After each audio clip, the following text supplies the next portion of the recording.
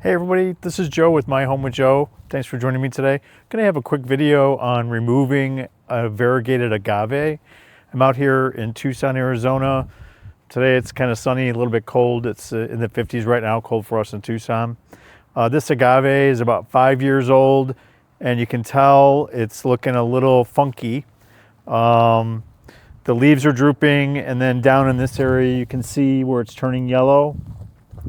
That is a telltale sign of snout weevil infestation. Snout weevils are in the family of grubs, so essentially a grub. The other telltale sign is if I take this header right here and I move it, this plant is very loose in the ground, so that tells me the root system is being eaten by these weevils or grubs. You can see there's another agave over there that's probably 7 years old. The leaves are starting to look a little funky on it too, but it's not loose in the ground, so I've been treating it. Hopefully I'll be able to save it. But for some reason I found that when these get about 4 or 5 years old, they're very susceptible to grubs, and you'll see this one most likely is. I'll show you the root system once we get it taken out. I haven't decided yet. I could use these hedge choppers, but it will take me a long time. I could use a handsaw, but these leaves are like a saw. They're just covered with very sharp, thick needles, and the end has a very thick needle. So if you get poked by it, it's not pleasant. So I think I'm going to try this DeWalt hedger, and we'll see how it goes.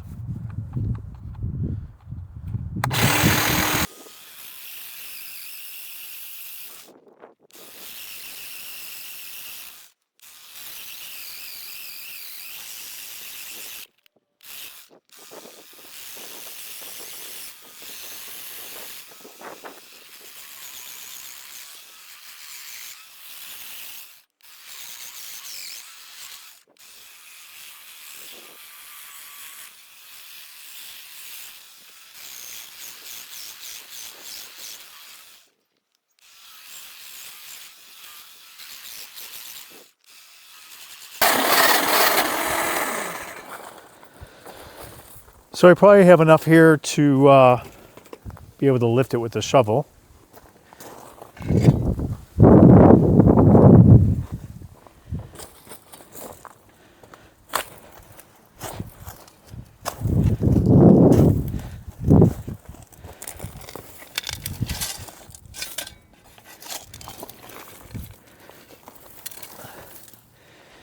And I'll show you that indeed it is very infested with these snout weevil grubs, which again just eat the root system.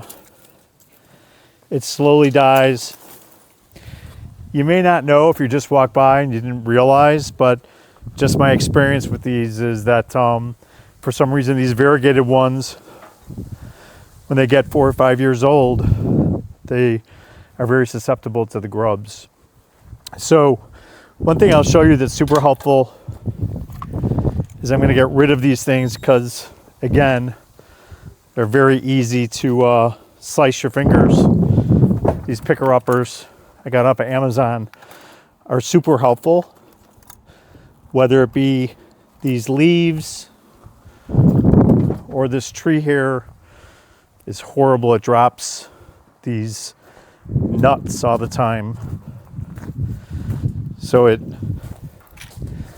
saves my back to be able to walk through and pick up these nuts with this handy yard picker-upper. Again, these are on Amazon, probably at your local hardware stores as well. But they're super useful around the yard.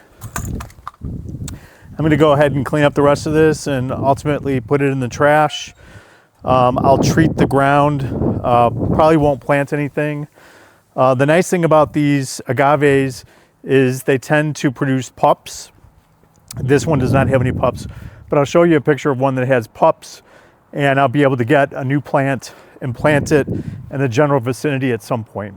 So over here on the other side of the yard, I mentioned that these agaves throw out pups, and you can see down here on the left side, this is a pup, And when I'm ready to plant it, I'll just tug on it. It'll pull up its own root system, and I can transplant it pretty much anywhere in the yard. And it will pretty quickly grow into a beautiful agave like this one. This one you can tell is in much better shape than the one that we just removed. And the nice thing is, again, they grow these pups, so it's pretty rare that I would have to buy a variegated agave at a nursery, because I have plenty of pups that I can plant elsewhere in the yard. So